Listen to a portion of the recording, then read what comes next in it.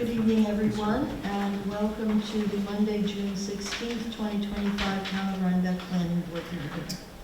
We have a quorum. Louise has just stepped out to take a call, and I'm expecting Craig. Sean will not be joining us this evening. The meeting agenda stands as posted. I don't know any changes. Gretchen, anything late? Okay. We received Jim's meeting notes. Does anybody have any questions, concerns? May I have a motion to approve the meeting notes? So moved. Motion? Second. Second. All those in favor? Aye. Opposed? Abstention? Motion carries. You have in draft form the June 2nd minutes. Are there any additions or corrections? Nope. May I then have a motion to approve the minutes of June 2? So moved. Motion? Second. Second. All those in favor? Aye. Opposed? Abstention? Motion carries. Correspondence and announcements. Anything? I just wanted as an announcement, Rockledge draft resolution is available in the copies. It's been posted online. It's been shared with the board. There are copies available if anyone is interested. Okay, thank you. Actually, I do apologize. I have one change to the agenda. I was talking about legislative surgery sign at the end of the night. Okay. So we'll be adding that in their old business? Well, it's a ZA referral. Okay. So,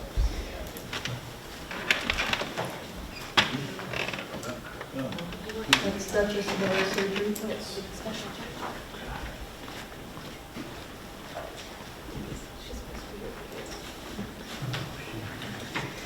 All right. So we have one new application this evening, and that is the application of Michael Nicola, 38 Ellerslie Road, site plan review for pergola, patio, and stone wall. Good evening.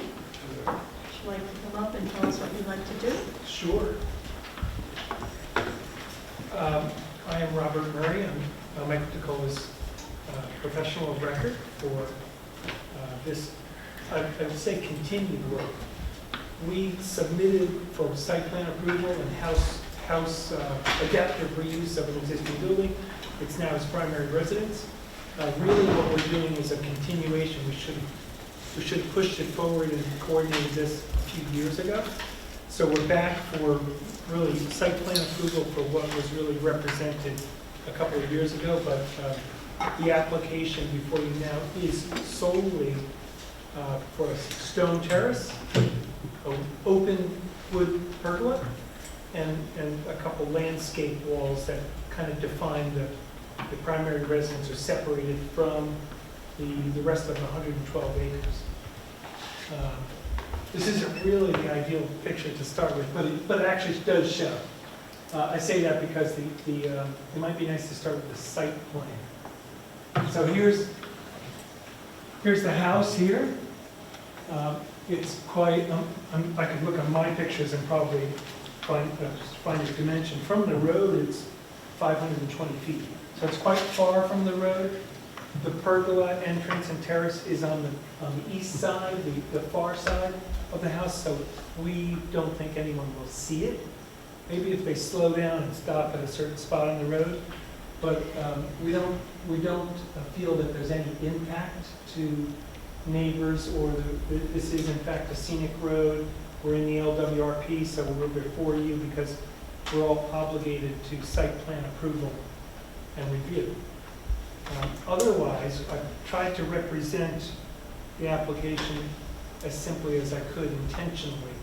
It's a stone terrace. It's a fancy stone terrace and pergola.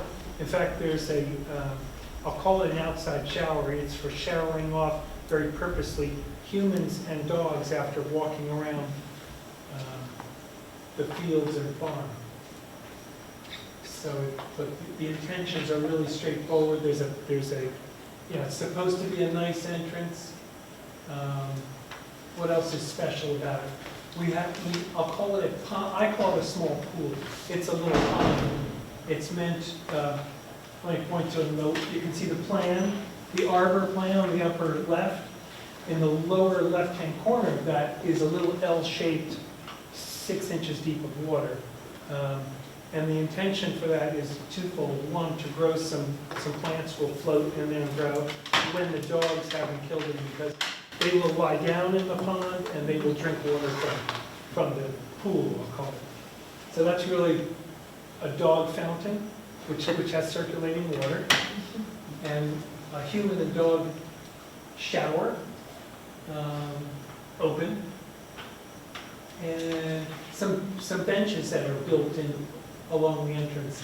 All of this is open to the sky. None of it is occupiable, as it were. We're not creating new interior space. So it's really, and if I should really have included a photo so you can see what it's looked like for a few years. It's very much an unfinished entrance to the house. So we're looking forward to your reviewing it, asking questions, and hopefully approving it. Okay, Jim, start with you. Okay. Had a number of comments in my notes. I don't know if I need to go through those, just I'll go through a couple of questions that I had, or notes. Robert, as we discussed, there are a couple of walls proposed on the property, and you had said that they would not be over 4 feet. When I took a look at the detail sheet, that one was, there we go. Detail board. Anyway, wherever the detail is for the wall, I just wanted to see a note added, and essentially anywhere where there's a wall, just noting, there it is, that it will not be above 4 feet in height. Because here you say height varies with grading plan, but if it's over 4 feet, then obviously you have to come in. I think we showed the grade on the plan, the site plan. And I think I looked at that carefully. I think the note should say maximum 4 feet. Okay. There, and obviously if there's another wall, just to state maximum 4 feet. Sure. So we're staying under that standard, then we don't have to talk about it anymore before. We did talk about you getting the jurisdictional determination. Have you applied for that? And so that's in process? Yeah. Moving forward? Okay, that's good. I had a question about this door, and it may just be the view. I didn't have any pictures of the site, but I took a look from Google. And it looked like in Google like this was a window. Is this a window that's being converted to a door, or is it an existing door? It's an existing door. Existing part of the first application that's complete. Okay. And just two other, one other quick comment from me. I know Edna has some questions she emailed earlier. This first site plan sheet, Rob, is this yours? Did you do this sketch back in the day? I know this was in the old plan. No, that's the site plan that we submitted for all of the work up to this point. Done by a different contract, someone else? It was submitted, it was submitted with the original application. I don't remember. Yeah, this was this was the same plan submitted. It's the same 4 plan that years, was 5 submitted years for ago. this building. Right, no, yeah, I understand that. So when you actually got approval for this, it was like my second month working with the town. But we have been noting in recent years that we can't draw, by New York State education law, can't draw on someone else's plan and can't misrepresent it as being yours. So I know it's the same one that was in there in 2018. I totally get that. That was in the approved set of plans. But if there's a signature box and whatever that goes with this, I think we need to acknowledge that that was done and drafted by somebody else. It's not an issue for the planning board per se, it's more an education law issue. The planning board and the town is not supposed to technically accept the plan if it doesn't show who it was done by and make sure that it wasn't. All I can tell you is that Steve submitted that with his plans. Okay. I'm not sure where it came from. He may have hand drawn it. I really have no idea. And we resubmitted it because it was part of the original. Right, no, I understand, yeah. I know it was in the original one. It's just we've been talking about this a lot because we want to make sure we're doing I things. can't tell you where it came from. Given the nature of the scope of what we're proposing to do, I'm happy to replace that with a Google image and to snap off images, because 520 feet from the road doesn't flag any, doesn't trigger anything special. And like I said, I know it was on the original one, a note done by others, or if you can find out who it was done by. Oh, it was done by Steve. Steve mentioned, Yeah. did that. I don't know if he worked off of an engineering plan that we had gotten from him. Unfortunately, I can't ask him. Right. Yeah. I understand. But, and it's interesting because it does show actually a bunch of the things that we want to now do, which is the driveway changes and. Also, I would say, for fear of copyright infringement, I, in fact, had been Steve Mench's professional record Right. for 10 or 12 years. So really, that's my plan. If you're claiming ownership of it, then that's fine, but typically when it's a site plan, we have, the surveyor engineer's, signature and stamp on it, and we also have all the title blocks. Again, I understand that this was submitted before and was, accepted as the 2018 proposal, but it's not meeting the As the a, requirements. maybe a follow-up, if there's something you would be comfortable with me doing, you could let me know. I'll do it.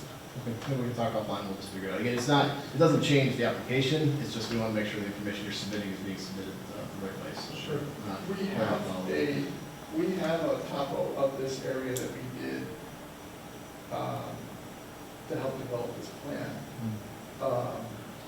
which. Well, around the house, not the whole, Yeah. not 112 Not the whole acres, but 20 acres, but around the house, certainly within the area that we're looking to change.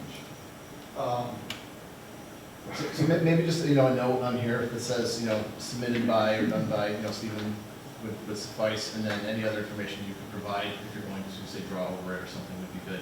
Again, just making sure that we're giving credit where it's due for where we can. But if you're uncomfortable with that, then we can figure out something else. Again, I would also say, I don't think we use this as a base layer for anything that we've submitted. right. This is just this is just the site plan of record for the. Yeah, we thought we were Yeah, being consistent with yeah. what was already submitted and reviewed and approved. Right. 6 Well, years the ago. reason I meant, so, like, this is your sheet, right? You did this one, and it has your name on it. And this is the type of thing we would typically expect, to be submitted for a site plan. You stamp and seal, and your header box on there. So It makes sense. that's all. So it's a technicality, it doesn't impact what you're proposing to do, but I do think we either need to just reference what this came from, or maybe, we pop that one out and just leave it out of the submission, unless other planning board members feel otherwise. But we've kind of tried to make sure we are following that rule. We don't need it, you don't. It was only part of the store. So besides that, I just had a couple comments in here about how the driveway's being, and then we already talked about this, the driveway is being reduced in size. It goes around the house now. A lot of this is being removed. Will be turned to grass. This area here, the driveway will be rearranged this way. The fence that kind of comes down through here and over, it's going to kind of have an angle to it now. So there's some other changes. The front steps proposed, the wall here and the wall here. Yeah, I think that was pretty much all my comments at this point. We'll open it up to other planning board members, questions, comments? Good evening. Sorry for being late. Can I ask what relationship this bears with the overall historic Ellerslie estate? Is that a fair question? Well, thank you. Thank you for answering honestly. Well, actually, I never thought I'd get a question like this. This is really a finishing element on a single-family residence, which is the primary residence and the only residence on the 112-acre lot. Correct. I mean, to answer your question about historic, all of the buildings that tie back to the actual estate, except for the water tower, which is still there, were raised during the time of the Catholic Church had the school. Right. This is roughly the site of the original mansion, within a few hundred feet probably. But all of that was it burned, and then it was raised when they built this building in the 80s. So there's nothing left of that estate. I don't even think the landscaping No. is nearly the same as it was 40, 50 years ago. None of it's left. Because I've seen a lot of changes. Used to bicycle up this road a lot, and a lot of I've seen the changes in the vegetation and topography, and I just wonder openly what remains there might be, and if there's any indication or any effort to kind of pay tribute to that. Anything that's there is encapsulated underground. We haven't changed. There was a building that used to come out in front of this that was demolished. Michael, could you come up to the mic? Sure. Make sure you're getting captured on the. Sure. Yeah, and there's a pointer here too, but it helps. Here, what you can describe. There were like 6 buildings in this area. there were 6 buildings in the area larger around here Okay. when the campus was there. None of them were part of the historic estate. Right. And there was a building that came out this way. It's pretty tremendous. It came out probably at least 75, 100 feet. It was a large building, about half the width of what's left there. And that we demolished. But there's, in that sense, there's been no changes to what was there from the school. We used this. I know one of the things that I remember seeing was I mean, it was derelict, but it was like a blockhouse, 2-story blockhouse building with a pyramidal roof. Does that sound familiar? It was just a square structure with a stone foundation. I don't know, maybe 2,500 square feet, something like that. It was not immense. Like when you say block house, you mean like concrete block? More blocky in I mean, mass. there were buildings around, there was a quadrangle in the campus there that was around that area. Okay. So there were 4 or 5 buildings that had been Right, demolished. but none of that was visible from the street, and where this is. There was one that was visible probably from the gate, if you looked in from Morton Road. Yeah. That was there, kind of, a large building that was a classroom building, I think, that had a peak roof like you were talking about. Okay. That was, Maybe that's what I remember seeing, yeah. yeah, that was concrete block, but that was built, I think, late 60s. Yeah, none of it was, the only thing that's there from the old estate is the water tower, which you can't still see. Okay. So it's just been a lot of changes over time, and Well, the demolition of the campus was a huge change. And those parts and pieces are still remaining. All the brick was recycled and put into roads and filled. So instead of shipping it away or trying to dump it somewhere. We grounded it in the road basically. This is the historic aerial, just to, From what year is that? this is from 1940s. Oh, so that doesn't show any of the buildings that we're talking about. No, that's what I'm saying, this is Yeah. historical, from back, Okay. way back when, so just, Greg, since you were just talking about this is, I think the house is something here somewhere. Yes, here. yeah, okay. That's the house. Yeah. So actually, some of Michael's work, reworking, reclaiming farmland, it looks more like the 1940s today than it did for decades prior to this. That's absolutely true. I would also suggest the term dog wallow, if that's not too vernacular. I can talk to the Newfoundland, I'm sure. And I like that you've got like a stage for the dog wash. And one of the reasons why I'm late is I was bathing my dog this afternoon. Yeah. So just so the board appreciates and understands that this story and presentation, there really is a dog shower inside the house too. Yeah, which is And they use it. a big dog. I have a question. Are you planning any landscaping? The landscaping is simple in nature, really. This project was a tremendous, I mean, the building was big, the work took a long time. It occurred during COVID, all kinds of interesting, and it just was stretched out for some years. So in fact, a lot of the landscaping is taking up this hard-packed garbage that was eaten into the ground over years and trying to put replace it with topsoil and grow grass. But otherwise, the big landscaping elements are these 2 dry-laid stone, I'm calling them 2. In fact, they're not really significant, and they're, as Jim noted, less than, I think they're really 2.5 to 3 feet tall. You can see them on the south side of the house, and then again on the north side where the driveway comes in between. So that's, you could tell us there's more landscaping and planting, but I think it's primarily grass, landscaping walls, and I'm sure some plants, but I don't know that there's any thought to defining what kind of flowers you'll plant around the house or wildflowers. Yeah, the only significant thing is we had plans, in fact, we built the building so we could get ivy growing up the front of it. That's what I wanted to ask about. That So was part of the original application and never done. And Oh, I'm sorry you're disappointed the ivy's not there, so am I. I'm wondering when you're planning to do it. Well, so the situation that we're trying to take care of is that in order to reuse this building, we had to put in basically a construction road around the entire building to be able to work on it from the inside. So that is what's being taken out, and what's being replaced is ground that we can plant into and put ivy into and grow grass and nice patio. So there is a plan to put the ivy in place as discussed? What was it, in 2018? Absolutely. That's great. I'm supposed to tell him no as the engineer who says that stuff gets invasive and grows in. But it was always the plan.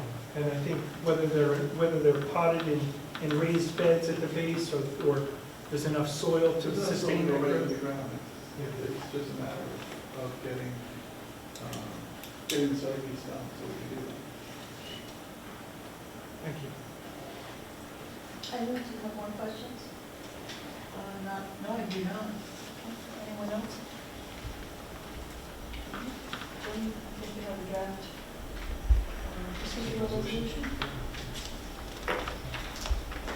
Draft resolution for the board consideration for the application by Michael DeCola for site plan review under Town Code Chapter 125, construction of a pergola patio, and several permanent connected elements, including as well as stone wall and change to the existing driveway and fencing at 389 Ellerslie Road.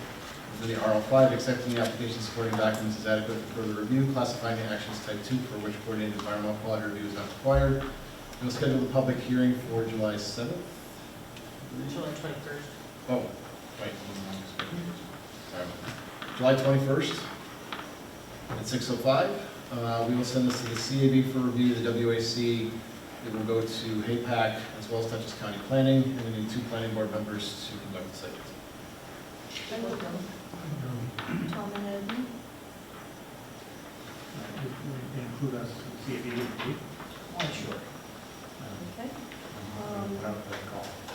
May I have a motion, please? So moved. Second? Second. All those in favor? Opposed? Motion carries. Thank you Just very one much. change, I think that's, instead of, what was the address? 389 should be 38 Ellerslie.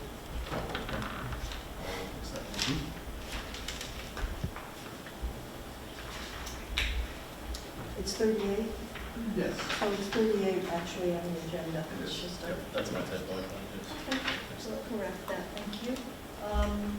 Edmund and Tom will be in touch with you to schedule a time for the site visit. Thank you very much. We can now move into the public hearing portion of the site of this evening's meeting. The first up is Statsburg Holdings, actually the only one up is Statsburg Holdings LLC, 3652 Route 9G, site plan and special use permit for flooring showroom. Good evening. So, Tom Angel, representing the applicant. Since I was here last, I'd like to thank you for the referral to the ZBA, which you recommended that they bring us the variance. We provided you with a letter from Central Hudson saying that the proposed plan would not infringe on their easement. So provided you with a new lighting plan for the project. We have made application to the Department of Health for septic, and we have a acknowledgement that they received that application and that they're going to give us their preliminary thoughts on it for next Wednesday. We have a meeting with the Department of Transportation regarding the road cut, which is existing, scheduled for next Tuesday. We just forwarded to you today a letter from DEC, which is kind of confusing, saying that there are no wetlands, that they have no jurisdiction, after their people actually went to the site and said, you need to be behind this line. So I'm not quite sure why we're getting 2 different readings on that, but regardless, nothing's changing in the plan. We're going to stay back from the line that we previously discussed. We are attempting to get the land disturbance under acres, so we don't trigger the stormwater requirements. And I think we have our ZBA meeting later this week, and our variances. And I think that's a full update as to where we are on the project. I guess you had an opportunity to look at the lighting plan and just want to make sure that that meets with your wishes. Jim? Yes, I don't have a whole lot new to add. You did get the JD, so you're clear, so whatever happened on one place and another, whatever, you're good to go with the JD, so that's good. I'm curious, do you know roughly how many days it took from the application until you got that letter from them? Bill, can you? Early January, we said? Wow. So it took well over 90 days. We're all still figuring out, you know, how the process works and what, yeah, and where things seem to be landing, and it seems to be kind of all over this. But, so that's good, so we're clear with the JD. The only things that I had is that, you know, the plans eventually need to be stamped and signed, so your site plan, you've got the stamped signature box there, obviously that'll need to be done. And then I didn't see on here a note about that trail easement on the site. Yeah, we're adding to the revised site plan. You'll be adding that, okay. Yeah. I know we still have some time here in front of the ZBA, so those are really the two things that I had. I took a look at everything else. I think we're in pretty good shape. We have the new renderings. You're before the ZBA for the variance issues. We got a lighting plan, and this lighting is all obviously down lighting, dark side compliant. So I don't really see anything else new in the materials. Anyone from the planning board? Anyone here from the public? Bill, do you want to make a motion to open the public hearing? Yeah. Do we need to open the public hearing? Oh, go, yeah. That's usually. I have a motion to open the public hearing. So moved. Second. Second. Some favor? Aye. All right. Anyone here from the public? Okay, then really, we're just to point of continuing this until ZBA has made their determination and anything else I've seen that they come in the meantime. Anybody else? I have a question. Yeah. So is there a wetlands permit from New York State required? No, Okay. that's what the letter said. There were no wetlands within any distance. No, but there were references to an Article 24, They received a JD that just today that said that they were. oh, just today. Okay, Yeah, I'm just sorry, today. thank you. An update. But they're avoiding that. So related to that, obviously, your construction is outside the wetland buffer, but we are gonna want you to put up, you know, silt fencing, construction fencing, something that keeps the construction vehicles We from going in the plan to do buffer. that as part of the, what do they call it, the mini speedies site plan thing? Yeah, we will show, yeah, we'll delineate construction fence along. Right, so they're pulling back and not going in the wetland buffer, so. Anybody else? All right, I guess we'll just ask for a motion to continue the public hearing. I don't think there's a reason to hold for 2 weeks, although, So for the ZBA, they should be up for public hearing in a few days, Wednesday. And as you know, with ZBA, they typically will have it ready for the next month, so Okay. the ZBA wouldn't be issuing decisions. so next until month we would still be 2 days ahead of you? Yes, most likely, but I have, it usually seems to be how it works. Let's see, actually, yeah, we'll have July 16th will be right before your July 21st meeting, Oh, all right. so it actually works out. So we go out 1 month, and hopefully you will have your Decision. decision. Okay. So our next date will be, Will be the July 21st, is that right? July 21st? and same thing. And, you know, if you're still missing health department or other things, just be in touch. And Trying to push it through. I know, good luck. Okay, so I have a motion, do I have a motion? So, motion second. All those in favor? Aye. Opposed, abstention, motion carries. Thank you. Thank you Good very luck. much. concludes the public hearings this evening, so we'll proceed into old business. Portia Bach and Craig Schiffler, 26 White Schoolhouse Road, site plan and special use permit for the construction of 2 accessory buildings. So as everyone remembers, Yes, please. as everyone remembers, they came in quite a while ago. They've been before us. Let's see, they did a pre-con with us back in October. They are proposing an accessory structure behind their house. And,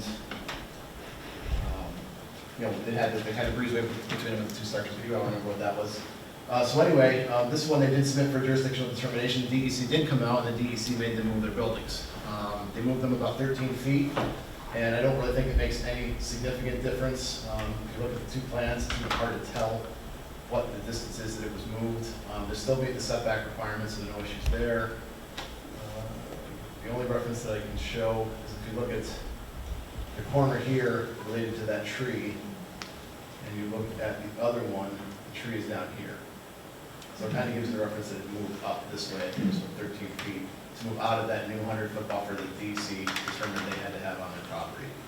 So that's the only change. I don't think it's any a real issue. We discussed last month not reopening a public hearing, and we even didn't have any public comments on this. So the question is, if everyone's okay with that, we just move forward with the approval resolution. I'm okay with that. Okay. So, I think you want to go through the draft approval resolution? Yes, so the public hearing is closed. We just have the approval resolution to discuss, and this is an approval resolution excuse me, for the application by Portia Bach and Craig Schiffler for site plan and special use permit under Town Code Chapter 125 to construct 2 accessory structures, as well as demolition of a shed at the northern end of the property at 26 White Schoolhouse Road in the RC5. Reaffirming the action is unlisted. That should be.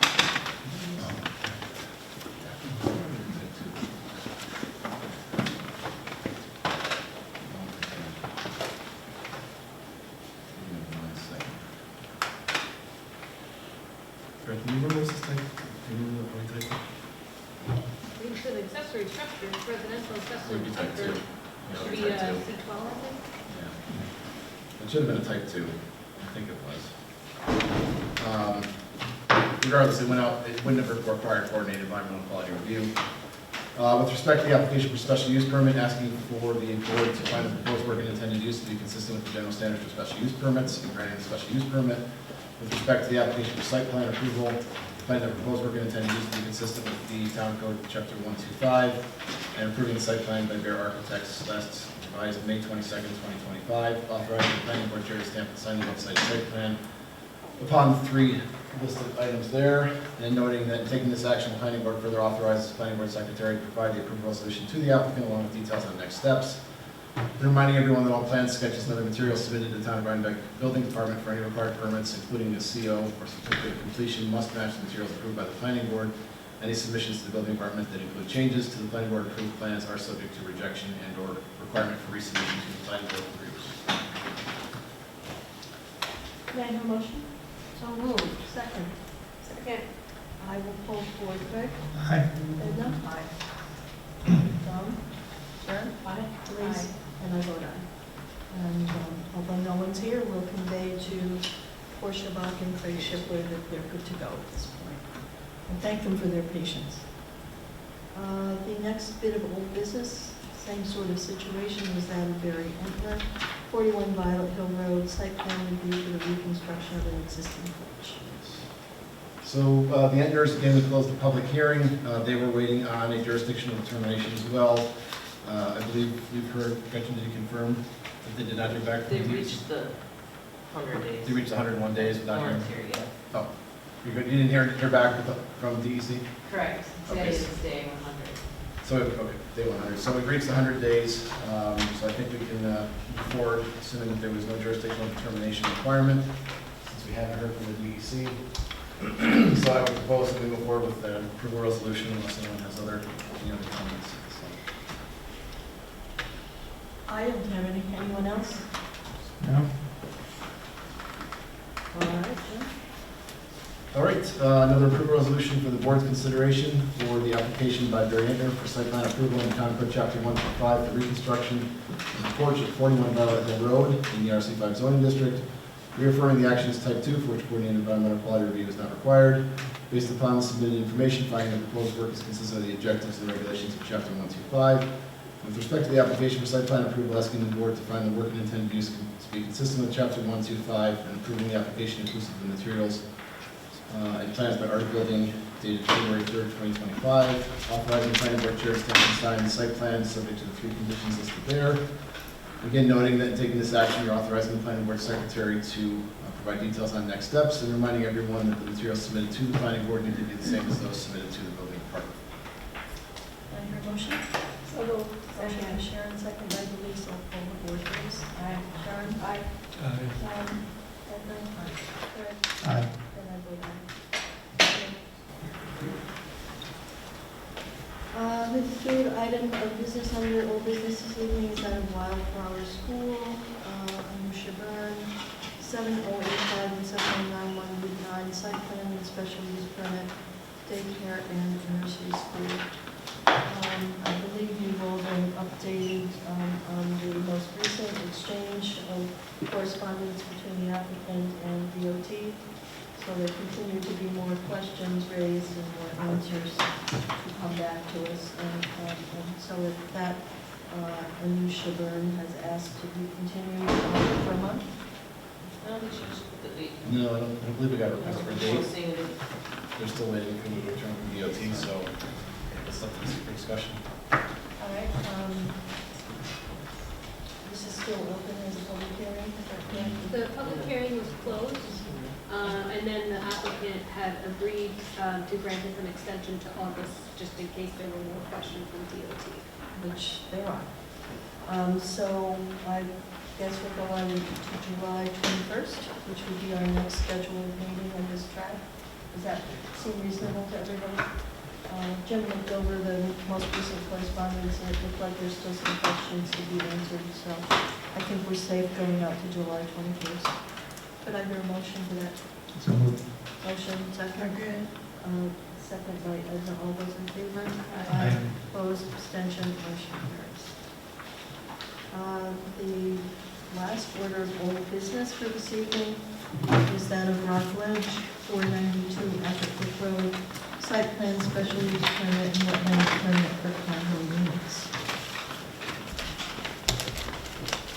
As Edna, let the record show, Edna has recused herself.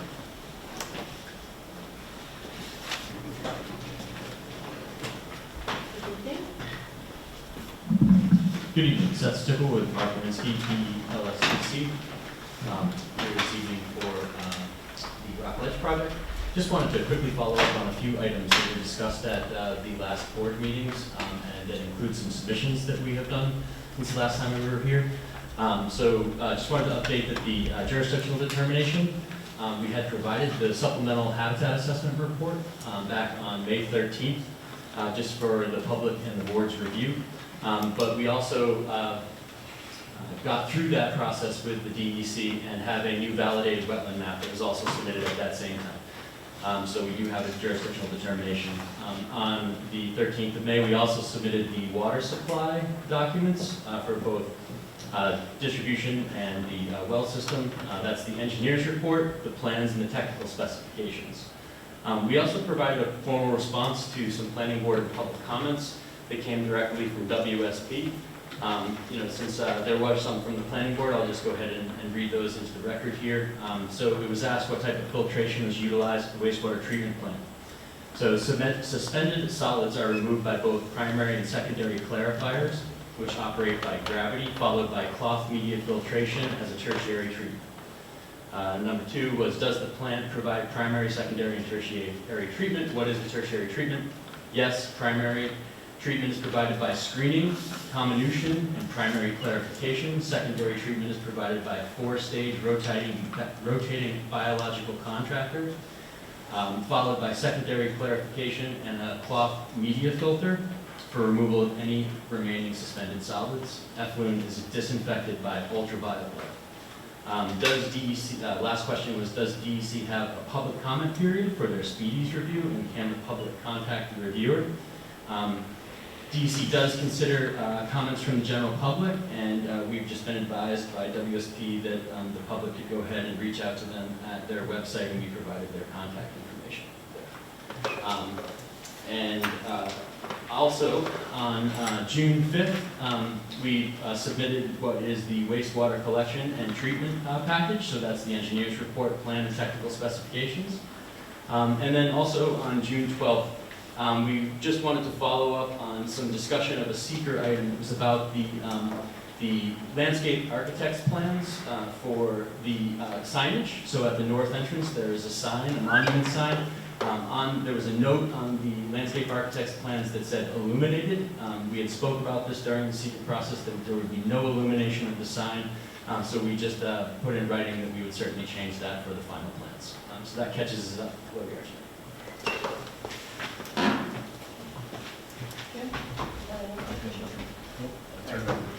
We're going to turn it at this point over to John and Kim, who have prepared and circulated a draft resolution for discussion purposes only, so I'll let you speak to that. So we had we had discussed, so the public hearing was closed on April 21st. We were still waiting for some of the reports to come in, which they have, so we have drafted a resolution. There are copies available at the table. It was also posted online today on the website. I had circulated a draft to the board for their review over the weekend, and I hadn't received any comments, but of course you guys are more than welcome to be discussing comments tonight if you have any questions. And basically what the resolution goes through, it's a little lengthy, it's about 25, 26 pages, but it's been a long project. I think it started in 2017, so the resolution kind of incorporates the history of the project, when it was first submitted in 2017, the changes that have been incorporated, including taking away the country in one to make it more residential units, and a lot of the comments that were discussed from the planning board during the secret process really go to many of the findings for special use permit, site plan, subdivision, and wetlands permits. So those have been incorporated from the seeker and reference, and we're going to include the negative declaration. The negative declaration will be attached to the final resolution if it's passed. So I would suggest the board can start discussing the resolution, or you can begin with a motion to accept if you like. Yep, yeah, we have about 15 paper copies over there. I will first ask my colleagues if they received the draft resolution from Kim, and if you have had a chance to review that. Yes. I haven't had a chance to review the comments. Okay. So we can entertain a motion to approve the draft resolution, or we can go into discussion. Which would you like to do? I don't have any questions for them this time, personally. I would like to make a motion to approve it. All right. I have a motion to approve the draft resolution. Is there a second? Second. I have a motion and a second. Is there any further discussion?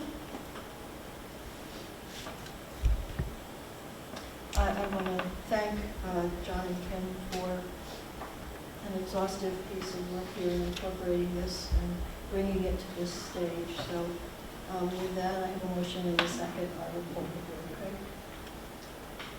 okay? Is to accept the draft It's resolution? to approve the application. Okay. I vote aye. Sharon? Aye. Denise? I vote aye. And I vote aye. So the resolution is approved. Thank you. Is there any other business that we need to entertain at this time, John and Kim? No? All right, we're all speechless. Jim, anything? Any questions? Yes. A question? I have just maybe a little help with the engineer procedurally here. So when signed, what are the time constraints for, approval of other parts of the project that are still under review. No. You talking about outside approvals? Yes. Well, once this gets approved, you'd have 6 months, I I believe, think it's 180 days. 180 days to get it, signed by Melody. If you don't make that, you can come in and ask for an extension. Right, and you're only allowed one extension, correct? By the way the code is written, but because it's outside approvals, we've had guidance that there are other things we can do, look at additional extensions if necessary. If I recall, I believe too that the New York State town law used to require it being one extension, which is how Rhinebeck code is written, but I believe that they had amended it a few years ago to not have that limitation. But I think in the past, we've kind of been basing it on how the town law is written. We're working off the town law, which says one extension, and then if we run out to the end of those extensions, we've essentially been following the New York State law for guidance after that. We don't have any guidance. I think that's fair to say, that once we get to the end of the town law for extension. And because, in the past when we discussed this, it's a paperwork issue, it's not, there are changes in the plans, then it's typically a quick discussion. So obviously, there's some state approvals that we need, and sometimes, and whether or not a year is enough time, I question that. In similar situations, the applicant has submitted letters to the town board documenting that the failure to get the permits is not vested with the applicant, but with the permitting agency. Okay, And we certainly take that into consideration. If you've done all your paperwork and you're just waiting for the state to move, we understand that it doesn't always go the way we want it to go. So there are other situations, even as recently as last week, that we're continuing to advance continuations and extensions as needed, so. thank you, I just wanted to bring that up. Yeah, well, I will not wait 180 days to sign, I can assure you that. So if you get it in here, we'll get it signed immediately and you can start the clock ticking. Okay, all right. In those situations where there are extensions, we have been asking for people to provide us with updates periodically as you go along the process, so that we know where things stand when and if you do have to come in for those extensions later on, we can kind of follow along. So whether it's monthly or every couple of months, when you hit a milestone, Sure. it's just good to let the board know, especially if you're going to have an extension request. It also helps because if Jim, in the course of reviewing other applications, is in touch with any outside and permitting agencies, he can bring it up and ask, how are you doing on this and that? Sure, and you can see, like tonight, we updated you on, some items that were outstanding. So we'll continue to do that. I just, really thank the board for this thorough process. I just respect it and, not to have to go through it again on everything. So that's the only reason I asked the question. So thank you. And I would also at this time like to say, I would reiterate, people have talked about this being a long process, a complicated process, an intense process at times. I believe the planning board took their job very seriously. I think everybody worked hard to understand it. I also want to thank the public, some are here tonight, some are not, and express to the public that their participation in the process was important, and their participation in the process made the application better. And I think it ensured that the people of Rhinebeck are getting the best project they can get under the circumstances and given what's allowed by law. I look forward to a successful operation, but I especially want to thank the public because they often feel walking away from situations like this that they weren't heard. And I can assure you that this document and everything you made us look at, you were heard, and your input was valued and appreciated. So thank you very much. Thank you to the board. Thank you to John. Also, the applicant's flexibility throughout the course of the review is also important. You're John is raising the point that throughout the process, as the public continued to bring things to our attention, we did have an applicant that was willing to look at the things that were being brought forward by the public and to amend the application over a number of years. You said 2017 or 18, Sharon and I remember in 2012.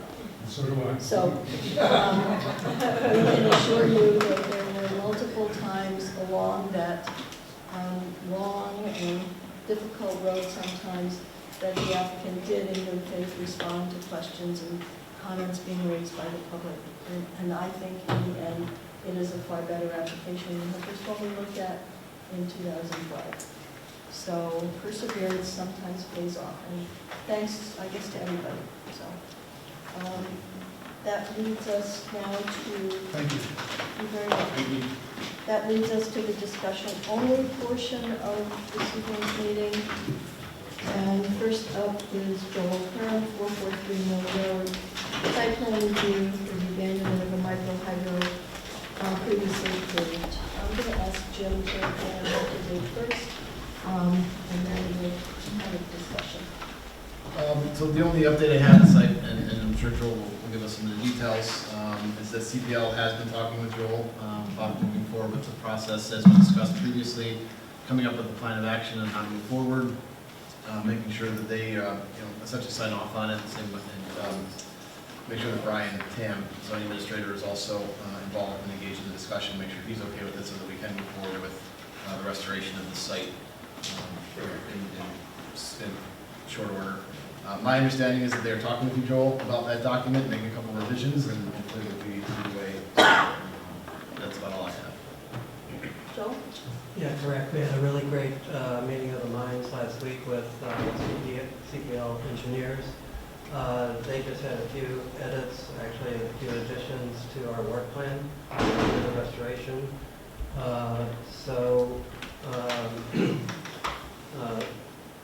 Busberg excavation is ready to go maybe later this week or early next week. We're not going to start until we get the turbidity curtain that we've ordered in, because that's step one on the work plan. CPL was waiting to get revisions back from you, is that correct? Say again? Didn't CPL indicate they were waiting for the revisions you talked about to be resubmitted to them? Yeah, and it was the work plan. They came back, I think, Wednesday of last week, and I forwarded that on to Gretchen. So we're all set with CPL, Jim, then? Sure understanding? We're not, I talked to Christian today. I didn't get the impression that we're all set to go from Christian. I also don't know that Brian has signed off on it, which is part of the process, so we need those two to sign off, and then we can move forward. I'm going to kind of defer to them to move that process forward. I have not been actively involved.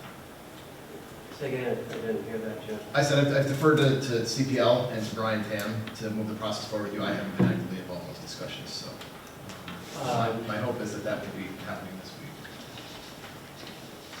week. We put out an invitation to Brian during his work hours last week, and he was unavailable.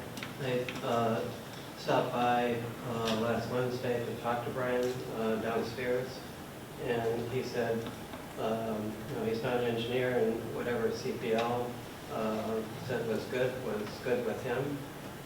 He also, like Mark from CPL, agreed to come to the restoration site, work site, at any time. Again, we're deferring kind of to CPL to oversee the process. Obviously, your engineer will have to sign off on it when it's done.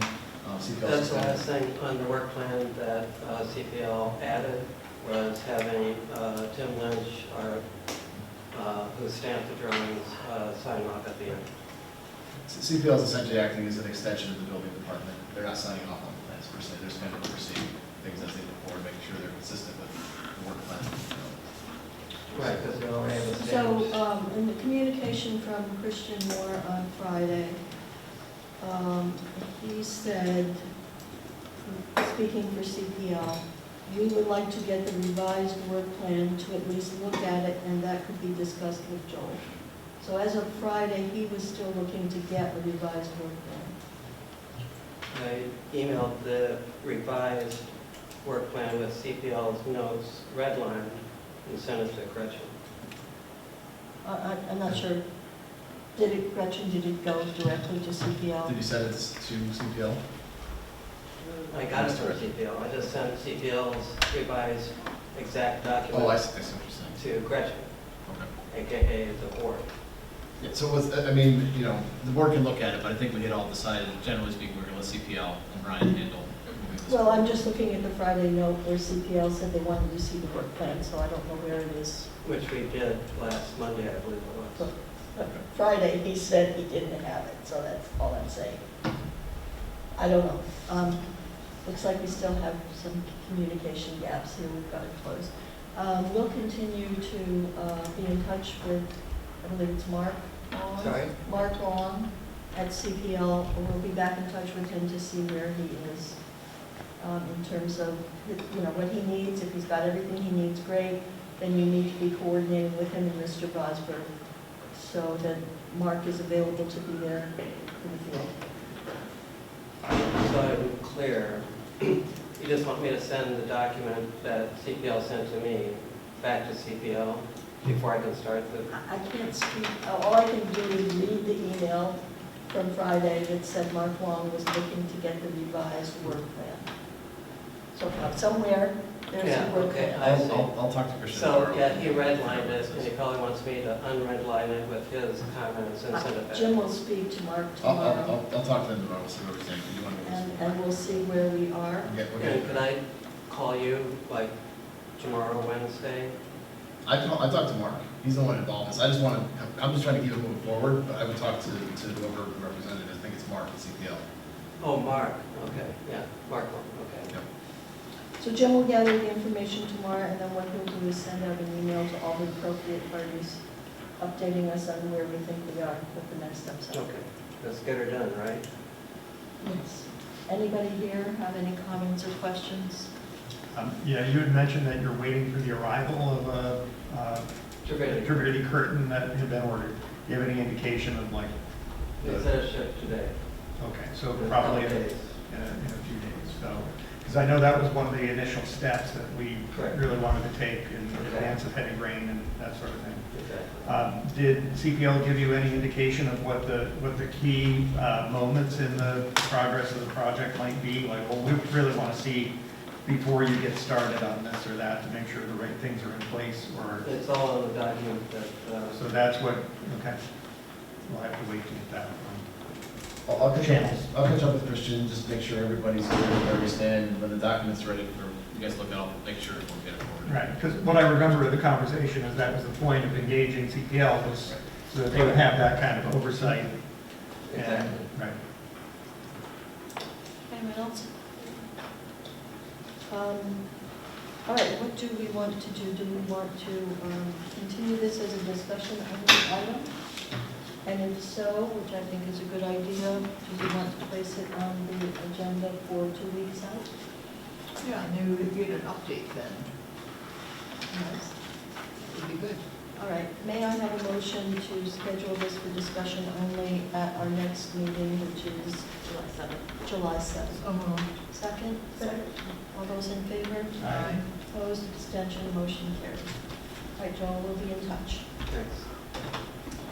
The last item for discussion only this evening is that of workforce housing, Rhinebeck Road site plan and wetlands permit with affordable housing units. We are here this evening to get an update on the application, and then we'll perhaps have some discussion about what our next steps will be. Good evening. Good evening. My name is Andy Lerner, CPL, representing the project. I'm project civil engineer. So just as a quick refresher, this is the workforce housing project located on the boundary of the village between Astor Drive in the north and Rhinebeck Road in the south. It consists of 80 units and 6 buildings on 23 acres. We have, since the last time we were here, the plans have been revised very slightly to extend this access road up to the boundary with the property line of the village. And then there's a walkway here that was extended to the boundary with Wells Manor Lane to facilitate future connections based on the village master plan concept that we've kind of tried to mirror as much as possible. The roads have been widened by 2 feet to reflect the 26-foot wide access road, which is, there was some inconsistencies. Our plans previously, that's been straightened out, but that's per fire access road requirements, so that all complies. The road has been designed according to town standards. And most importantly, the local law adopting the workforce housing overlay zone was adopted last week. So there are a few kind of minor tweaks that have resulted, not on the plans, but helps us to avoid the need for zoning variances, such as we felt we were under the height requirement for all the buildings, but it did adjust the height, allowable height to 40 feet, just to clarify that there wouldn't be any issues there. Parking we have all along been proposing 1.5 spaces per unit. That's been codified and remains that way. Let's see. We also submitted an updated landscaping plan, which just kind of formalizes some of the changes that were made, particularly on those street trees along the access road. There were some issues with spacing of the trees, so we ended up having to do 2 rows to provide the spacing that the town was looking for there. What else? Oh, and I guess the other issue that we kind of were able to resolve is that there was some discussion originally about dedicating the road to the town to provide for school bus access, but we were able to get confirmation from the school district that they will allow buses to enter the site as a private road, so that kind of puts that issue to bed, fortunately. And then I guess lastly, we have begun our approval process for outside agency. We actually submitted to the health department today. We plan to submit to the DOT tomorrow, and we will begin working on the Army Corps of Engineers nationwide permit for the little bit of wetland disturbance on the north end where the access road goes through shortly thereafter. So that's kind of the big picture changes since last time. Jim? I was debating whether to go through all my comments from last time and provide updates. I think that probably is best. It's not going to take too long. So you answered my first question, Danny, which is just the status of the outside reviews. So we went through that one, so that's good. I did recommend, and I'm sure you know this is coming, that the planning board have an engineer review done of the plans. Padgett Engineers has been doing this on behalf of the town board for a while, so I would suggest that the planning board have an engineering review conducted to make sure they're okay with it. Again, Padgett's been doing that, so I think we go that direction, but I think that's something the board should discuss there. I wanted to, so originally when I wrote my memo was before the January new law came into effect for the DEC jurisdictional determination. We weren't sure where it was going to go and what was going to happen. After having done this now for 6 months, given where we are, the fact that the town board has completed the seeker and a wetland delineation was done and completed for them, this application is technically in progress. The jurisdictional determination I don't believe is required. The wetland delineation that's now being, or about to be reviewed by the Army Corps as an outside agency permit. I think that's all fine because we are in process. I don't think anything would have changed. So I think that in terms of the wetland delineation, all that we talked about before, I think we're in okay shape there, unless an engineer would have a different opinion.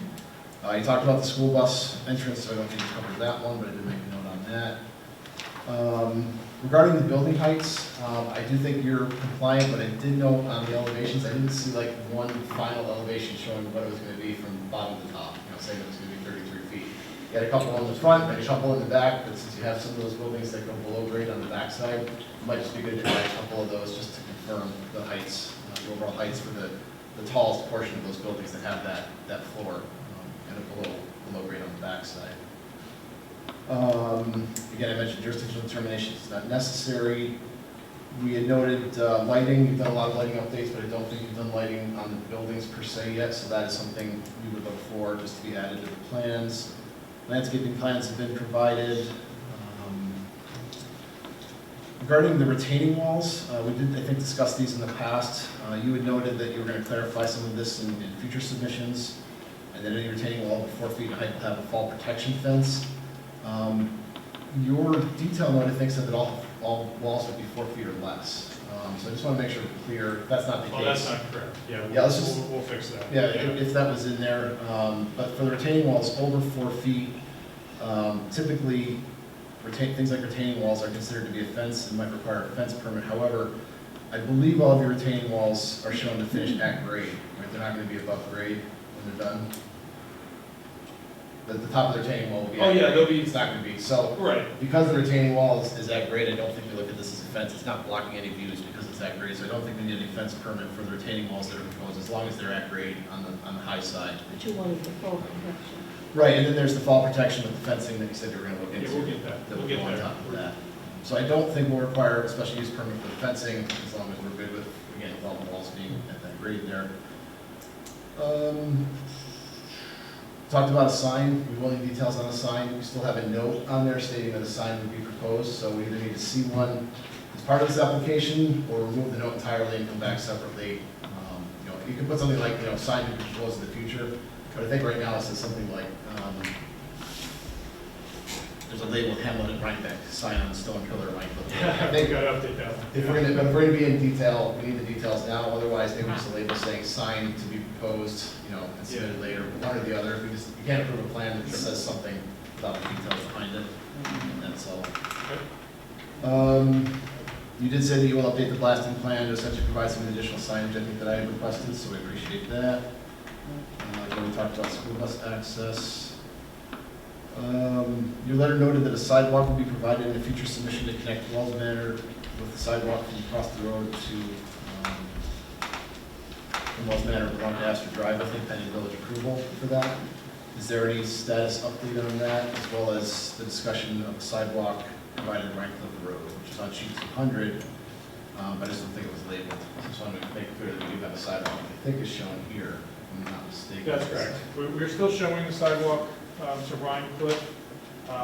One other change that we had made was that we had shown a bus shelter here at the intersection, and we thought the buses were going to have to stop. We've since relocated that to this green area where we think is an appropriate spot for the kids to be picked up.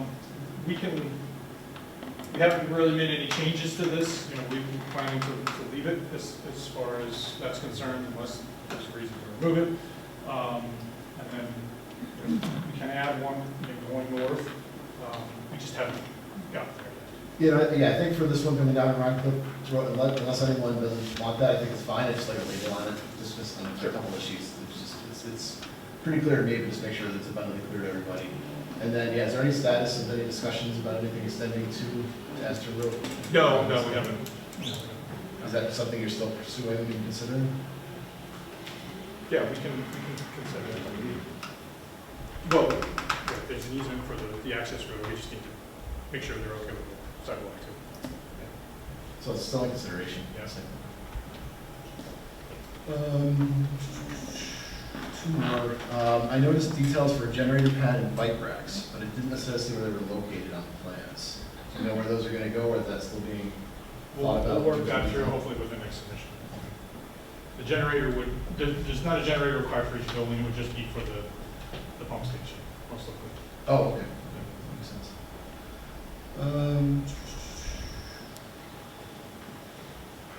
Yeah, I think that was about it. I think generally speaking, from my perspective, the application seems to be complete. Obviously, we have a couple of, details to work through, but those are, relatively minimal in my opinion, in terms of moving forward, discussing the project. So that's really, I think, everything I have at the moment. You did suggest, I think, early on, which probably, I guess, would require a resolution or a consensus about retaining the services of Mr. Paggi as the engineer consultant for the planning board. Normally, as you heard earlier, we would be referring to CPL, which in this case is certainly not going to be workable. So, as Jim pointed out, I believe it's Christian Paggi has been the consultant advising the town, and rather than start afresh with somebody brand new, I think Christian is familiar with the application, has been working along on it, and John and Kim, I think we need a sort of resolution to refer this to, or how would we word But this? just to engage by the To engage engineer. Pagy. Just the agreement by the board to engage Pagy. Yeah. Make sure we're, yeah, that's okay. Right. Does everybody have any questions about that? As to why we would be doing it? No, I think, I understand, Okay, you know, everybody's all right? So, we're in agreement that we will engage Pagy Engineering, to serve as a consultant to the planning board in their review of this I application. move that we do that. Thank you, Ed, a second. Second? All those in favor? Aye. Opposed, abstention, okay. I would open it up now to planning board members for any comments, questions they may have. John, did you have something? Did you want to have a meeting with Christian to, I think we should. okay. So, Jim, will you reach out to Christian? Yeah, we can set that up. Coordinating with him from the town side as well. We'll talk about it in a meeting. I have a number of questions that will help me understand the plan. I spent a good deal of time with it, and there were just some things that were not clear to me. Your close-ups help a lot, Jim, when you make this bigger on the screen. So I understand that there is a sidewalk that goes down to Rhinebeck Road that parallels the driveway, is that correct? That's correct, yes, And the driveway is asphalt, is that correct? that's right. And what is the material of the sidewalk? It's proposed to be concrete. And will it be right next to the road? Is there any separation? There's a curb, and then it'll be the sidewalk will be adjacent to the curb. Is it possible that there could be enough separation for some planting? Between the sidewalk and the road? And the road, yeah. That would require extending our grading and could potentially impact the amount of disturbance grading that we have to do, so it would be a challenge to do that. And can we look at the other part, Jim, of the site plan? Is there a walkway to Astor that Currently, no. the road? No, there is no plan for that? There's not one shown now. We can fiddle with the grades there to make one fit. My concern was that it seemed that a number of the people would work at the hospital and would sort of naturally take that route. You know, to Yeah, walk rather understood, than- yeah, saw those All right. comments, yep. When on the earlier site plan, Jim, I don't know if you can go back to it. Overall, Yeah. You had it on before.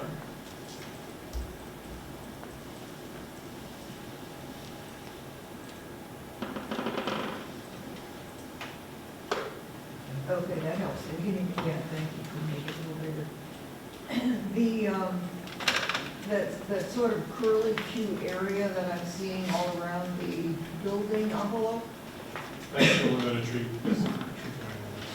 that's the limit of the Tree sort? clearing. So is the idea to clear cut that entire area? Trees will be removed from everything inside, yes. And is that completely necessary? Are you Yes, thinking based on the grading that's required, Uh-huh. yes. We have the opportunity to potentially save some trees in the central green area, which we will do to extent possible. Okay, let me see what else I have here. And some areas will be filled, as I understand it. Is it necessary to bring in fill, or is everything's gonna come from the site? Is that- No, I mean, we'll have an excess of material left over when we're all said and done.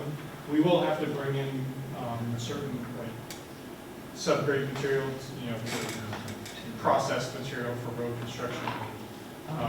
And probably topsoil, right? Yeah, we'll see how that goes. You know, obviously they'll scrape the topsoil before they clear, before they start building, so they'll have some left over, but we may need some additional. Going back to the area that will be clear cut, I know there will eventually be trees planted. The area around the trees will be what, Grass, mowed or yeah, Yes. well, mowed?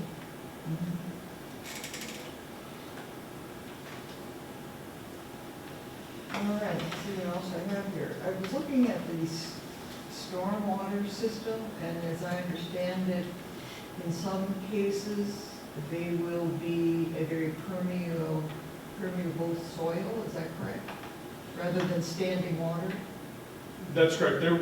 The idea is that there would not be any standing water on even this at site. a large pool at the bottom. That's correct.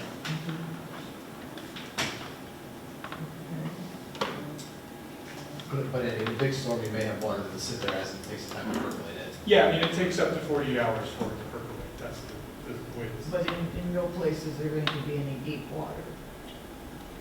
Well, I mean, I forget how deep the pond at the bottom is, but I think it's over 4 feet in depth, I think maybe 6, but that's the deepest it would be during the storm. And You then might it will have drain. 6 feet of water in it. And then it will drain after the storm. Right, so is it fenced? It might not be shown now, but that's the plan, was that we were going to put this around. Would that be the case for all of them or just that large one? Well, so the rest of them are called bioretention filters, and they have a maximum ponding depth of 6 to 12 inches. I see. They will drain within 48 hours. Okay. There's mention someplace of a 6-foot-high vinyl privacy fence. What is that? Where is it? We don't, I think that detail was just thrown in there to kind of make sure we had everything we needed. We don't have all the fencing locations detailed out specifically yet, but the dumpster enclosures themselves are typically the way that the Kearney's build them on masonry. Sometimes with a vinyl door, so that's possibly what could be applied there, but we'll have to work out that detail if we need that vinyl fence or not. On the planting plan, you're showing locations for the planting of trees. Species listed someplace? I couldn't Yes. find that. Yes, it is on the detail sheet for the.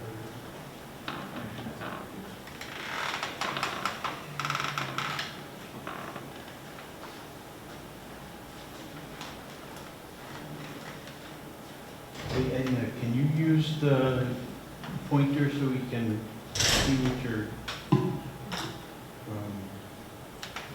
identify the areas you're discussing on the map? I think that's this one. I can keep going. Go back up again. I know we had it. Sometimes things tend to disappear when they've been around for a while. All right, it seems to be missing. We will get it back, and we had a list of species that the town wanted to see. It seems to have been. It's near the front of the plan set, I was looking at it just before I left the house, so. Okay, so it is in there. That's good to know. Coming back to the area around the trees, which is a reasonably wide area, if we could look at the whole thing, Jim.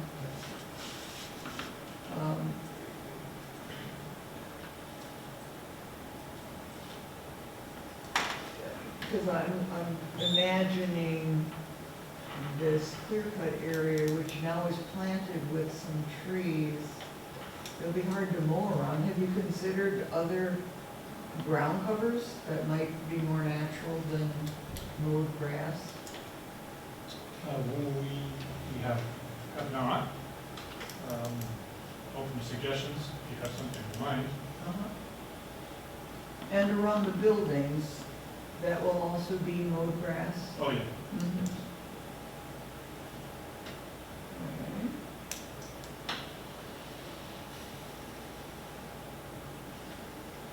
I think that's all I have for now. Thank you. John? The bottom boundary is down on the Rhinebeck Hill. Yes. Can you tell me what that elevation is there?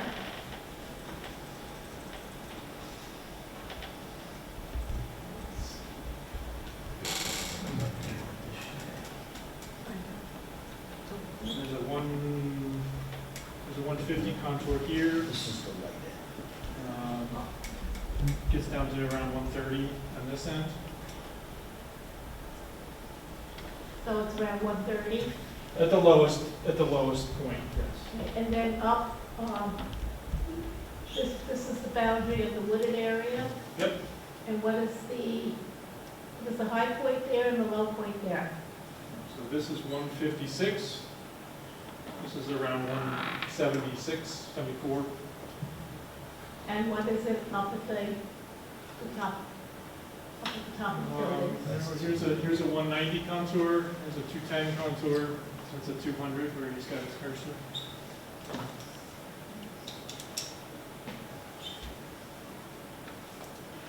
Okay, because I'm just concerned with all the, leaving the trees down at the bottom. So anybody coming up Rhine Cliff Road is just going to see this massive development on the top of the rock ledge that's been totally cleared. People coming out of the village of Rhinebeck, I'm not sure what they're really gonna do. They're not likely to see much But anything at all. anybody coming east on Rhine Cliff Road is just going to notice this huge development sitting up on top of the rock ledge. And you're gonna take all the trees out, and when you plant the trees, you're not gonna be planting big trees. You're gonna be planting little trees that are gonna take 50 years to grow. So none of us are gonna see those big trees. Sure. So it's, I think the landscaping needs some work. I don't think every tree up there needs to be removed. Well, you know, we are still playing with the grades in a few places, so we can do what we can to minimize the tree clearing, but we are pretty limited in terms of what we can do there with the amount of earthwork that's required. Well, it's a rock ledge. So we can certainly look at the landscaping. We can certainly look at. Andy, are there any photo simulations that have been done to show We what did the that project in is? that gonna- process. That's all been looked at. Yes. That's all done? It's all done. Have those been submitted to the planning board? Yeah, we've seen those. You have? I just can't resist this question. Before you were forced to relocate the driveway entrance on Rhine Cliff Road, you were essentially using the gravel path route. Is that correct? Yeah, that's my memory, that the road was kind of in that. Kind of in that location, yeah, but there was a major rock cut there, 20, 30 feet rock. Where was it? It was, I don't remember exactly where it is, probably pretty close. I think we were somewhere in here, We were doing Which would have opened up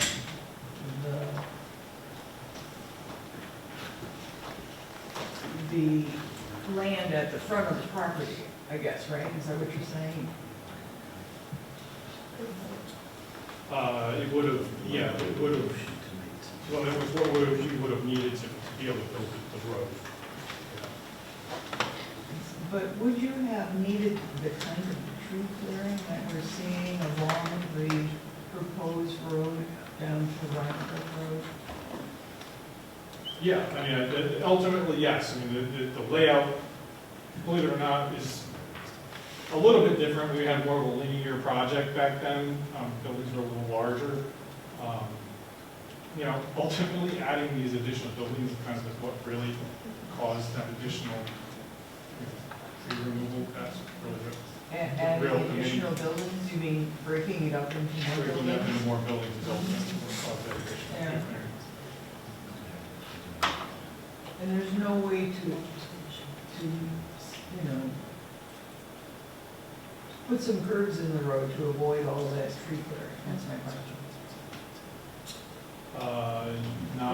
Not in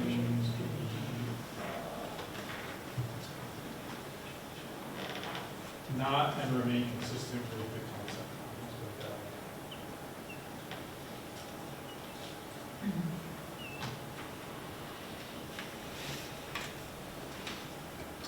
I was reading through some of the documents that were submitted in response to the questions that were asked in relation to the walkability issues. The stone dust path is as depicted here, and it doesn't go into the adjacent property, which is owned by Carney, but also within the village. Now that lot has an enormous rock outcropping on it, about 30 feet above the level of the sidewalk. So the gravel path really just kind of spills you out onto Rhinecliff Road? Well, I think as we stated in the comments, our plan ultimately is to adjust the location of this because we had information that the sidewalk was brought, existing sidewalk remained at the edge of this parcel, which turns out that it no longer does.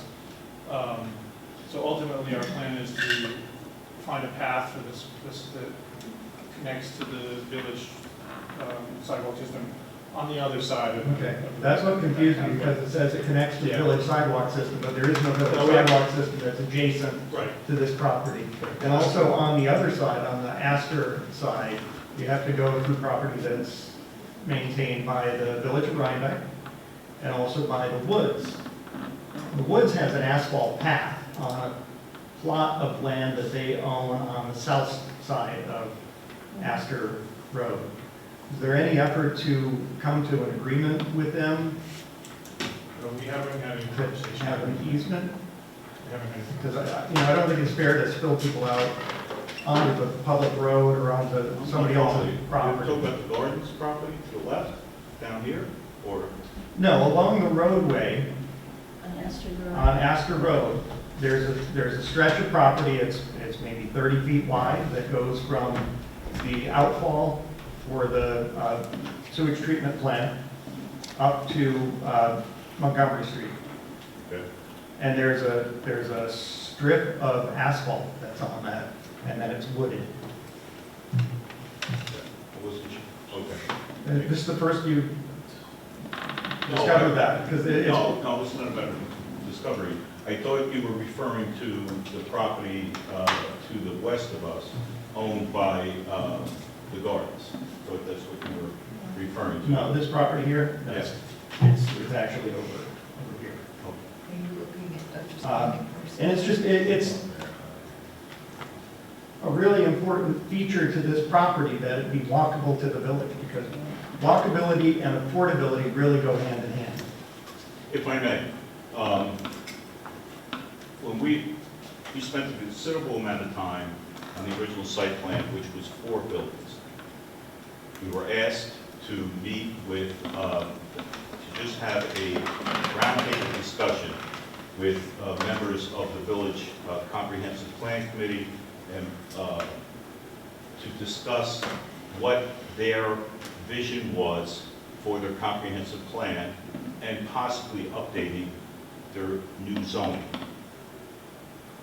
As a result of that, putting out ideas and so forth, that's what triggered the change to 6 buildings and then this connection to the property that myself and my son and my family own. Our intention here is, and I ask them every other month, how are we doing, how are we doing? As soon as that zone is in place, we're going. We're not stopping. The intent here is to continue that through the village-owned parcel, and that will form the basis for that site plan or that plan that is envisioned in the comprehensive plan that was adopted by the village. So that's where I see the connectivity to the village. If we didn't own that property, I'd stand here and say, that's a valid concern. Okay. But as far as I see it, if it's not on the plan, it doesn't exist. I mean, the plans represent what you plan to do, and if you plan to develop your adjacent property then that's really, there needs to be an easement that runs with the land on that lot that gives the residents of this development the right to walk through it. We own the property. We're developers, we're going to develop the property Okay. that's consistent with the plan that we've developed here. Okay, but that's not what this plan shows. And that's Sure what. does. That's what that connection is. That connection wasn't there. But it doesn't, it connects to open land. There's no sidewalk. And from what I understand, there's a large rock outcropping there that would have to be blasted out of the way. I mean, a significant amount of alterations would need to happen, and if you don't get approval for that, what does that do to this plan? I'm not familiar with what you're talking about. I believe most of the rock outcroppings are on the town-owned side. I've walked the village-owned side. I didn't have the same experience that you're describing. However, again, I think a lot of time went into this, envisioning, talk about planning for the future connection. If not, we would have stayed with the 4 buildings as we were before. So that's the intent, that was the plan. We own the property. It's not as if we have to buy the property. We're developers, very busy developers. As soon as that zone is set, we will have a plan there, and that plan will connect that connection to whatever we develop on the village-owned parcel. What does the village tell you about the timeline for getting that in place? You said you talk to them every 2 months. I do. What do they tell you? I think it's within a year, if you ask me. I do. No, I'm looking Yeah. for feedback on what the village is saying. What's involved in getting an easement from a neighboring property for something like access rights?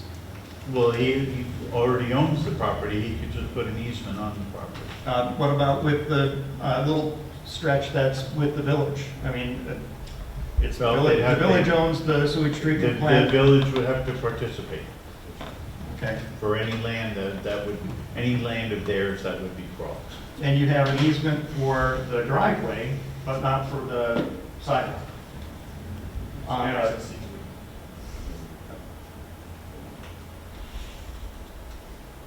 So this, Yeah, you don't really touch Astor Drive, you have to go across somebody else's property.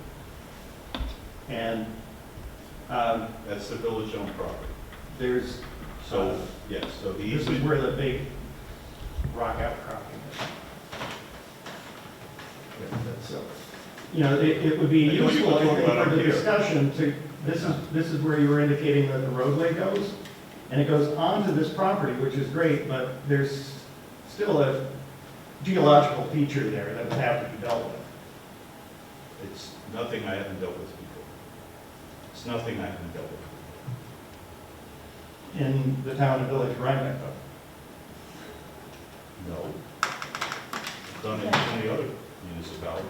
And is it, As far as this goes up here, this goes to our property over here, and there's two easements, one here, and it gets us out, and that's village owned.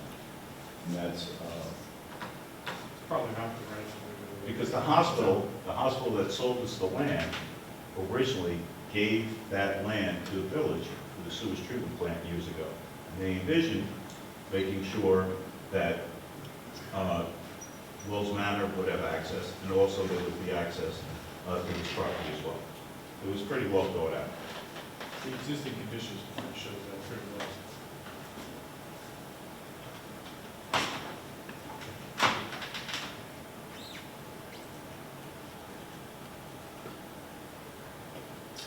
okay.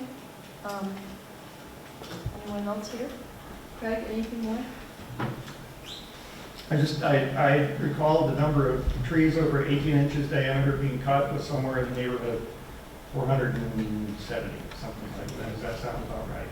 And there's a total count of about 1,000, maybe 1,100 such trees, and they vary in size from 18 inches up to 42 inches, I think. And many of them are maples. About half of them are maples, around about 24 inches in diameter. And I think the habitat assessment that was submitted kind of underplayed the age of this forested area as being, because the 1930s aerial showed it being somewhat sparse. It wasn't considered to be a 100-year-old forest. But with trees, maple trees that are in excess of 24 inches in diameter at breast height, stands to reason that it would take more than 100 years for a tree to grow to that size. Okay. So it's a pretty old growth forest. And as far as what's being put back, your plan, I counted up roughly about 60 trees that are going to be planted in the cleared area. Kearney has agreed with the town to plant $25,000 worth of trees somewhere. Is that part of this, this agreement? Yes. How many trees does that represent? Where are they going to go, and what species are they going to be? Our estimates are about $1,000 a tree. And So this 60 was the trees. ones that it was the agreement with the town when they asked for more Yes. trees? And I believe when we discussed it back in November, which I think was the last time, we actually talked about, I know that your conversation with the town had to do with perhaps planting them in a park, but we had also raised the issue of could they be planted on either highway department property or somehow to screen a little bit more, to provide a little more foliage, as you're coming in, as Sharon was describing. Did you advance that thought at all? No, we're going to have further conversations about that. So I mean, we that's- can entertain a conversation about the possibility of those trees perhaps making a bigger impact on the application if they're not in the park, but moved somehow to enhance your project proposal. Chairman, are you talking about on our property here? No, I thought that Or on Down the here? highway Down property? on No, highway I'm property? talking about, I'm not limiting it to Yeah, I understand. I'm asking, it just seems when we're taking trees down and people are raising issues about the number of trees, that rather than take $25,000 worth of trees and put them in a park, if they can better serve the application somewhere else, I'm just asking for the discussion. I mean, We noted, for example, as I recall the conversation, we noted that the area directly in front of the highway garage is, let's just say, not beautifully landscaped. Oh, I see. Oh, So I'm just, we offered that as, yeah, that's something I can do when we're doing our plantings, because it's the town, right? The town just has to give me permission. well, have to give I insurance. think when they talk to you about additional Well, it'll trees, be in addition to that other agreement. or we'll take all of the additional agreements. we No, what need. I'm saying is that what was agreed upon to go to the park is agreed upon. What I'm could be saying- changed with the agreement of the town? we couldn't fit 25 trees in there anyway, but we could certainly. Well, we can, Well, one of the things I'm going to speak to my colleagues about is, in the past with, I can't say similar applications, but in the past with applications that have a lot of visual impact or potential visual impact, we have also brought on our team George James as a visual analysis person. Some of you have worked with him in the past.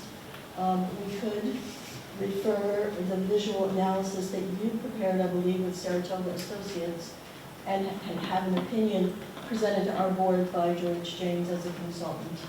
You might have some interesting, helpful ideas. Well, he might have some suggestions about how additional trees can be used to enhance the view shed. And ground covers and so forth. Well, In yeah. other words, within the limitations. Well, he's not a landscape architect, so he's more of a visual analysis expert. Can I just interject that we're talking about cutting down almost 500 trees and replacing them with 25. No, Which I don't think that's a... I'm not making. Right. And it's a very important consideration because this is a profound intervention on this plot Which of is why I land. would bring in George James. Okay.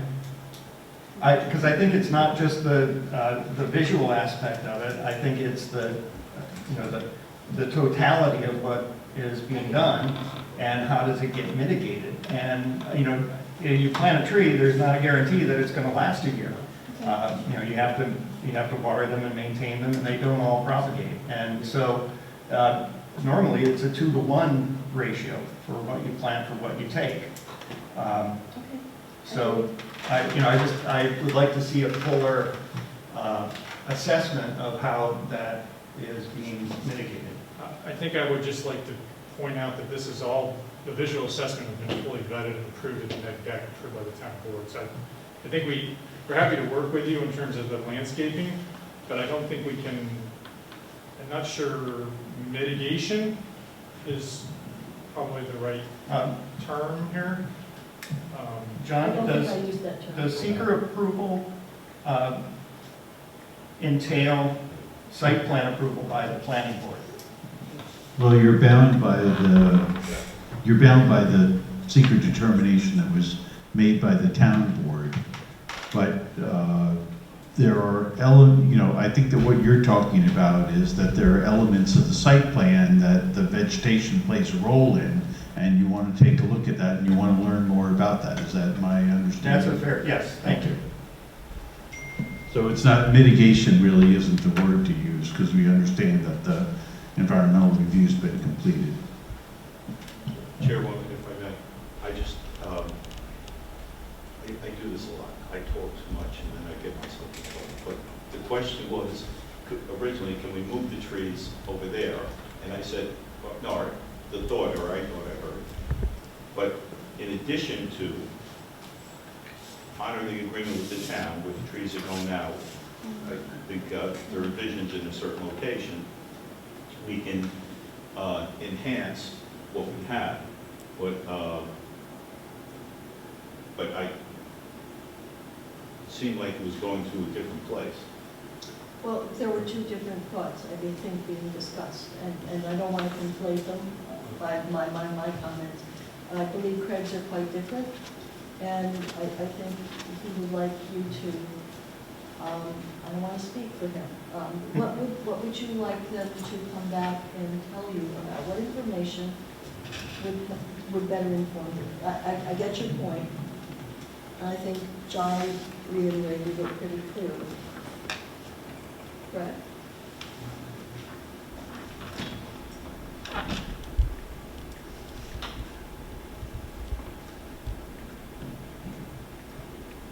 I don't know what to say, because it sounds like from what John says, my hands are tied because the town board said that it's fine under secret, so maybe I don't have a leg to stand on.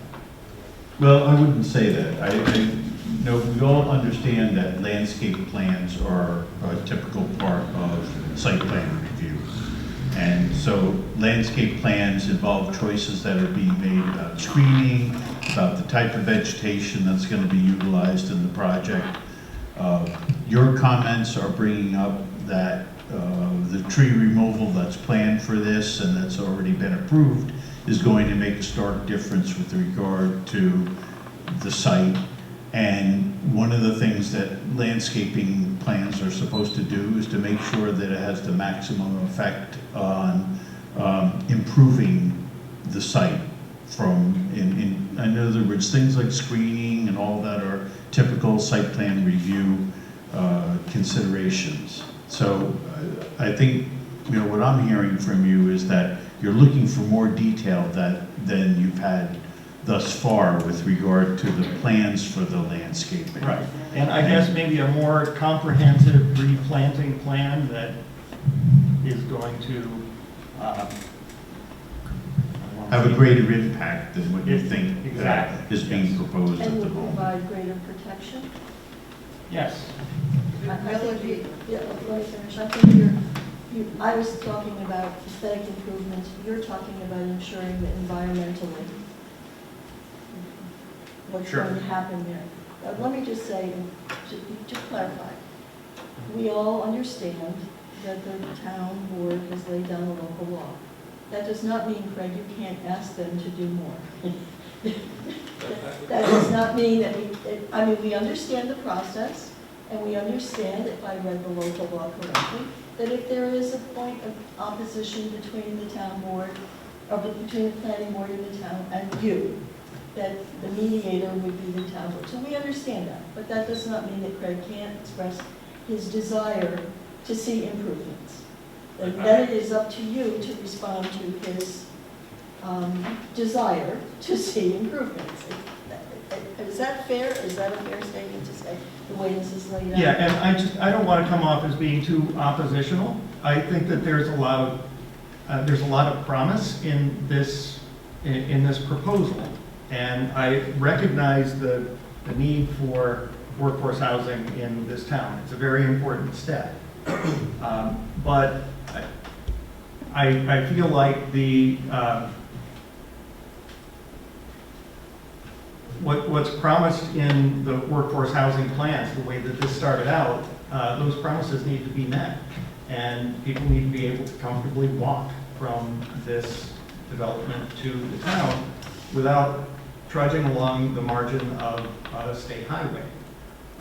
I don't think that's a fair way to treat the residents. And I don't think it makes sense for people to be required, like a family of four, to have 2 cars, because otherwise you're stranded at your apartment building with diminished open space, which is now down from the required 40,000 to 3850 with a hammerhead turnaround and a play structure in it.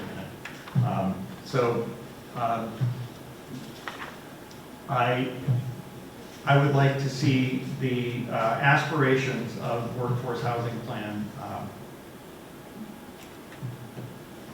met, and I don't feel like they are. Edna, you have another comment? First of all, I'd like to ask the size of the trees that are planned to be planted in the clear-cut area. Don't recall, if we could find that planting schedule, that would tell us. Well, we can. I believe it's usually 2.5 inch caliper breast height. The kind of consultant that I would like to have is somebody who could look at what is possible to do within the concept, right? And then propose ways to make it appear as naturally belonging along with the rest of the scenery along that road. And that includes things like, instead of lawn, are there ground covers, that aren't all that difficult to maintain? What species would actually be good in a mix of species? And how should they be planted? Right now, they're kind of all perfectly lined up. They don't look particularly natural. So that's the kind of consultant that would be helpful to me.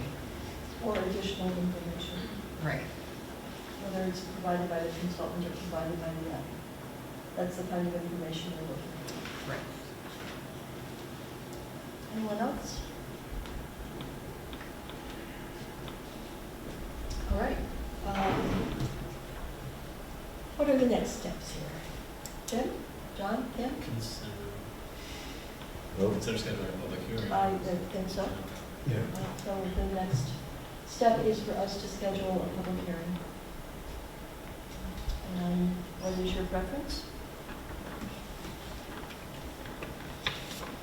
We will follow our normal schedule and schedule it for the July 21st. I'm presuming that gives you all enough time to add any additional information that you've indicated will be forthcoming, to come forward with any additional suggestions or ideas to answer the questions that have been raised this evening.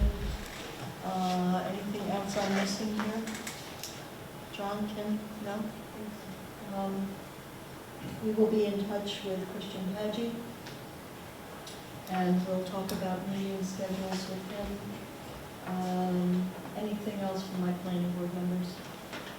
Anything else from Just a quick question, public hearing notice and the sign that has to be posted, that, I'll send you'll that. send that to me, Gretchen? Okay. Normally, we've done site visits, I mean, are we wanting as a planning board another site visit? What, typically with a public hearing, when we do that? Is it easy to navigate the land this time of year? No. It's harder than it was when we were And doing it it's, fall. and I'm not sure what will be gained. Let's see. I was at the last one, and without any work being done, it's just vegetation. I just wanted to, normally do that, so I wanted to make sure there was no interest in that. Would it be fair to ask if we could, or any of us could just wander the site on our own? I don't think we should be just wandering the site on our own. I think we should be coordinating with the applicant. I leave it up to them, but I certainly wouldn't, if I were them, just want people wandering around. I think for the purposes of this, it needs to be official, and so if you want to go on site, you can ask the applicant if you can go, but I don't think we should just do that. I think it has to be an official request, put through Gretchen, just to make sure everything is recorded for your safety, town liability, applicant's liability, all that kind of stuff. It needs to be official. I have wandered the site twice over a large area of it, and I can contest that it is very heavily wooded and very steep. Correct. And probably very mosquito-y this time. Right. And ticky. If you want to pursue that, Craig, I would, let Gretchen know she can make a request and we can coordinate in that way. Okay, if I do put something together, anybody, I'll reach out to everyone collectively that I'm planning that. Yeah, I don't want to burden anybody with individuals going at different times in the month. If people are interested in a return site visit, we can coordinate that with the applicant, but we need to coordinate it internally with ourselves first, so that it's properly done. Anything else? So I have a motion to schedule a public hearing. Yes? Motion? Second? All those in favor? Aye. Opposed, abstention, motion carries, and that is for July 21st at 6:05 p.m. Thank you. 7:21, July 21st. See you then, thank you. And Okay. Andy, are you the POC? Yes. I think I have your Okay. information. Good night, everyone, thank you. Good night. So Jim added to the agenda the zoning referral, Yeah, so if everyone remembers, last time, actually, it was 2 meetings ago now, I received an application for the sign for conductive oral surgery. I can bring it up if you want, I should right from it.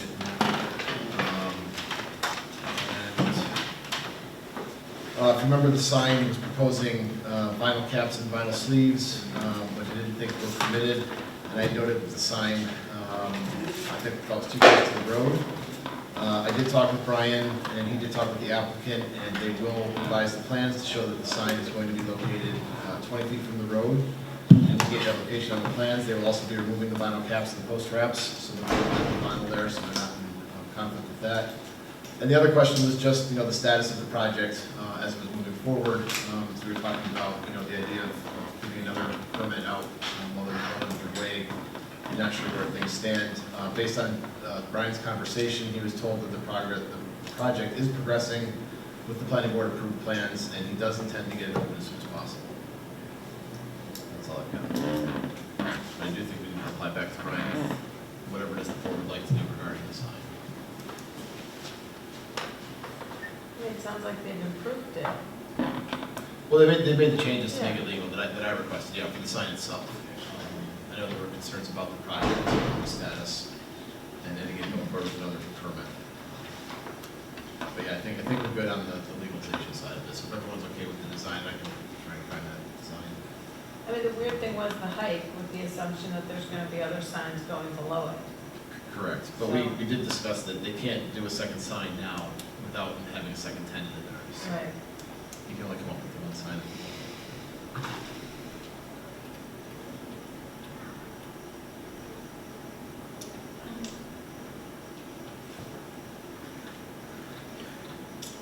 what if they gave us a like proportion drawing that shows a bottom sleeve empty, there's nothing on it, of once that extra sign, if approved, what the proportion of the full sign would look like? So we can at least see what would that sleeve dimension be, so now this is the total composition. Well, do we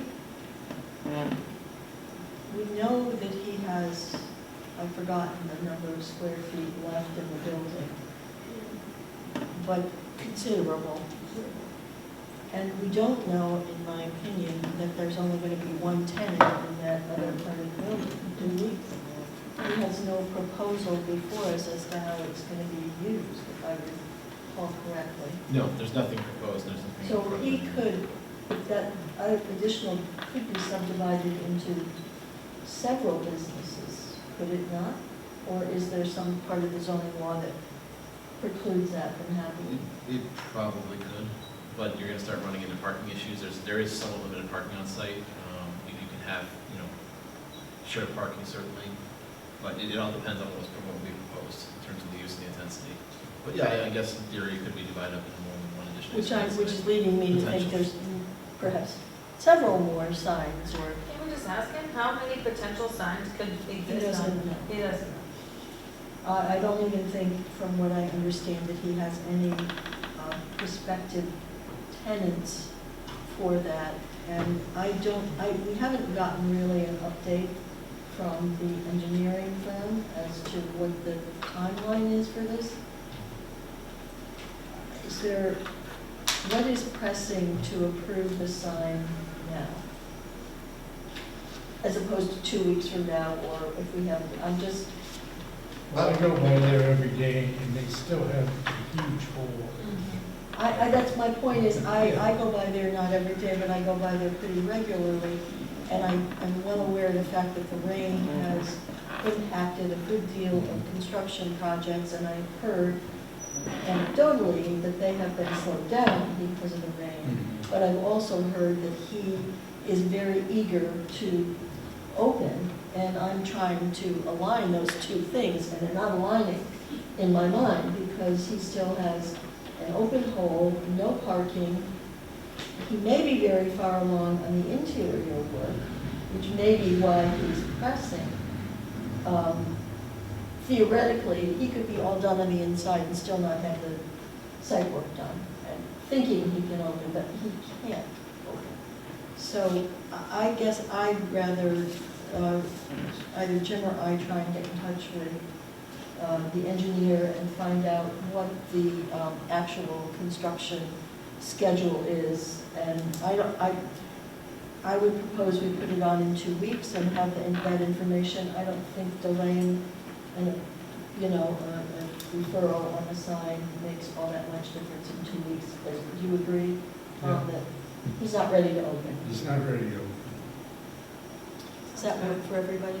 All right, that's what we're going to do. And it's not that I don't trust Brian and everything, but I just don't think I have enough information myself about the project timeline. I have nothing else on the agenda. Maybe we have a motion to adjourn? Motion, second, all those in favor? Aye. Opposed, abstention, motion carries. Thank you.